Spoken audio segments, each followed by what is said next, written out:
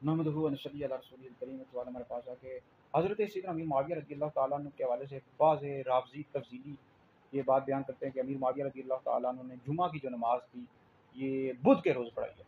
ये मुरूज ज़हाब और तज़किरतुल ख़वास में ये बात मौजूद है कि उन्होंने जुमा की जो नमाज़ थी ये बुध के रोज़ पढ़ाई, ये जंग सिफ़ीन से जाते हुए।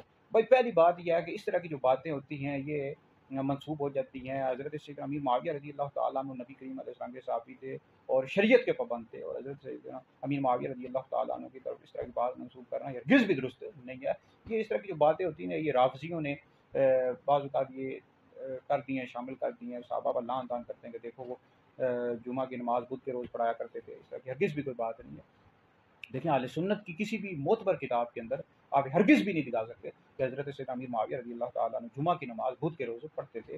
हरगिज़ भी ऐसी कोई बात नहीं, शरीयत के पाबंद थे और वो नबी करीम अलैहि सलाम के सहाबी हैं। नबी करीम अलैहि सलाम के किसी भी सहाबी पर लान तान करना हराम है और ऐसा बंदा जहन्नमी है, अहले सुन्नत से खारिज है, ठीक है जी।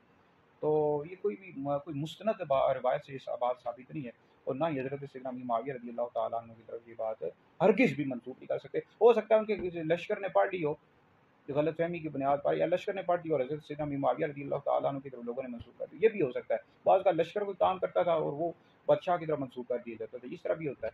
लेकिन ये सैयदना अमीर मुआविया रज़ी अल्लाह तआला अन्हु की तरफ बात मंसूब करना हरगिज़ भी जायज़ नहीं है।